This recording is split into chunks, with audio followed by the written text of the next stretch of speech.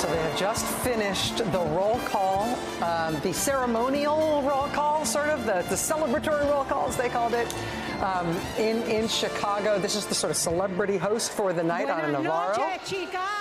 Lawrence, watching that roll call, it was a lot of fun. So tell me, are you excited? It was. I don't think any state had more fun than Georgia did with Lil Jon. But I don't know. I feel like that's a subjective take.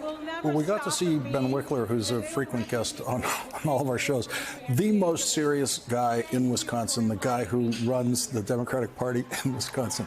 And he had the cheese head. Yeah. I mean, it's heartening. You know, we know you're from Wisconsin. You don't have to put the cheese head on. But everyone except the governor.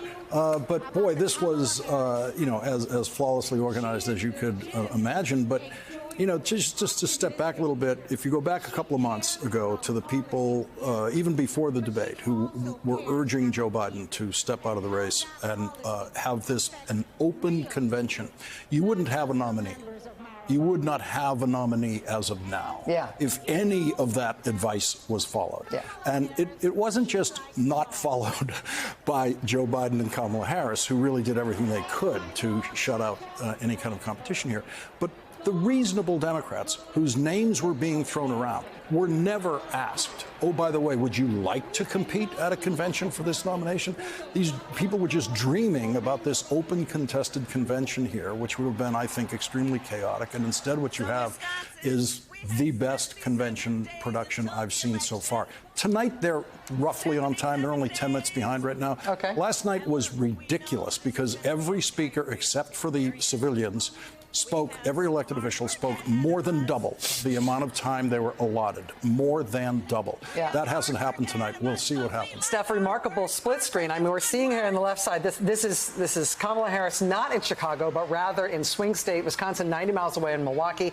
Meanwhile, the Democrats have just done some mashup of quinceanera, bar mitzvah, wedding, 50th wedding anniversary with the DJ and everything. And sold out 2 arenas. Right? So when you think about what is getting under Donald Trump's skin, I was at the RNC last month, right? Flags everywhere, patriotism. What we've seen in the last 2 days is Democrats taking those words back, right? You are seeing freedom on their signs. You're not seeing mass deportations and another sort of quiet flex, right?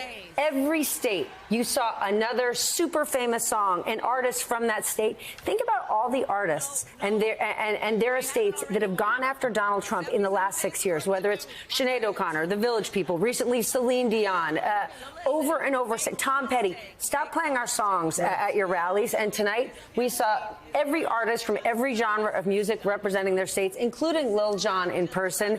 That's a flex. I was going to say, Atlanta proving itself once again to be the cultural capital of the United States. You know, what you're selling in a general election is it's an invitation, right? Come with me. If you just glance at social media, I mean, everyone was spellbound. And that doesn't fall along political, junky, non-political. I mean, it was like a sporting event. It was unbelievable live television for everybody watching. And there's a lot of important stuff that happens at conventions. And Lawrence is making important points about the road not taken and how much better this is. But at the end of the day, by this point in a general, you're trying to invite people into your side. And what they projected to the entire viewing public, and frankly the world, is a massive, entertaining, inclusive, alienating no one invitation to everyone to come on board. It's a vital strategic step. We're just going to go back to the stage right now in Chicago if we can. Again, left side of your screen, Kamala Harris and Tim Walz So on the left side of your screen, we're seeing Kamala Harris and Tim Walz at their event in Milwaukee.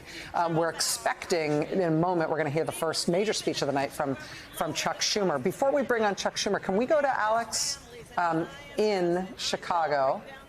Do we have Alex? Oh, and Joy, we have you both. Tell us, for me, quinceanera, bar mitzvah, wedding, 50th wedding anniversary all together, and I want that DJ booked for all of them. In the room, what was it like? I have never wanted the playlist from a delegate role. Seriously. Seriously. DJ Cassidy is the DJ. Listen, Rachel, I'm sure he would be available for your next quinceanera. Sure. But it was a heavy jam in here, Joey. It was a vibe. To quote what we've been talking about, you are the vibes correspondent. Yeah. It was a vibe. I mean, First of all, the roll call is my favorite thing. I'm just going to be super nerdy about it. It is actually my favorite thing about conventions because you get to see each state's like special character and like their special costumes and their special things. This was added. There's Chuck Schumer coming out and dancing out. Look at him. Oh, he's having a good time. Chuck Schumer getting his groove on. All right, let's go to Chuck Schumer.